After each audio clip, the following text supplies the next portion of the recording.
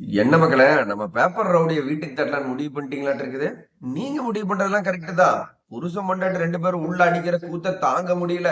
Couple game அப்படின்ட்டு ஒண்ணா wild card entry தாறுமாறு இப்படிலாம் சொல்லிட்டு உள்ள போய் திவ்யா நல்ல புள்ளையும் கெடுத்துறாதீங்க. திவ்யா தயவு செஞ்சு தனியா விளையாடுங்க. இவங்க 2 பேரும் கூடி கூடி பேசி கேமே விளையாட தெரியாம ஆட்டத்தை குழப்பி விட்டு ஆடுறவனையும் குழப்பி விட்டு பயங்கரமா வரட்டுறாரு, உருட்டுறாரு. அதை பண்ற இதை பண்ற விக்ரம் எல்லாம் போயிட்டு நேத்து கேட்டு நான் என் ஒய்ஃபு கூட இருக்கிறது நீங்க ஒரு மாதிரி இது பண்றீங்க. நான் கப்பல வந்தது உள்ள தெரியாதா? எல்லாத்துக்கும் தெரியும். கப்பல விளையாண்டுட்டு இருக்கிறது தெரியும்.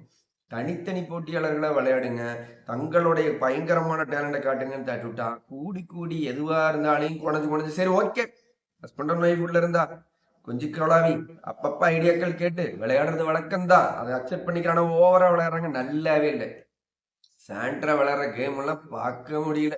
ஐயோ எல்லா நல்ல பிள்ளைகளையும் கெடுத்துருவியாட்டு இருக்குதுமா சாண்ட்ரா.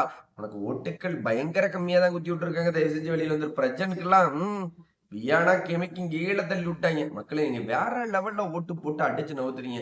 யாரெல்லாம் உள்ள லாக்கி இல்லையோ யாரெல்லாம் விளையாட தெரியலையோ அவங்க சரியா குத்தி வெளியில அனுப்ப நீங்க தயாரா இருக்கிறீங்க. நான் விஜய் டிவி உங்களுக்குமான இந்த போர்ல விஜய் டிவி ஜெயிச்சிருது. வியானாவை வீட்டுக்கு தாட்டுறதுக்காக ஓட்டிங் லிஸ்ட்ல கடைசி இடத்துல வச்சிருக்கீங்களா? ஆனா வியானாவை சேவ் பண்ணுவாங்க. பிரச்சனை ஓட்டு போட்டு எப்படியாவது வீட்டுக்கு தட்டிக்கலாம் முடிவு பண்ணிக்கிறீங்க. ஆனா பிரச்சனை சேவ் பண்ணுவாங்க. உங்களுக்கும் விஜய் டிவிக்குமான கேம்ல ஒவ்வொரு முறையும் விஜய் டிவியே ஜெயிச்சிட்டு இருக்கு. சரி ஓகே ப்ரோ, உங்களோட பாயிண்ட்ல சொல்லுங்க யார் போவாங்க அப்படின்னு கேட்டீங்கன்னா நம்மளுடைய கருத்து கணிப்பின்படி கெமியார் சுபிக்ஸாவை தட்டி விட வாய்ப்புகள் இருக்குது. இந்த பக்கம் அமிதை தட்டி விட்டாலும் தட்டி விடுவாங்க, பிரஜனை தட்டி விட மாட்டாங்க இருக்குது. பிரஜன் உங்களுக்கு வெளியில எவ்வளவு சூப்பரான பேர் இருக்குன்னா நம்மளுக்கு தெரியல. உள்ள போய் உங்களுடைய அருமையான அற்புதமான பேரை நீங்க கெடுத்துக்கிறீங்க.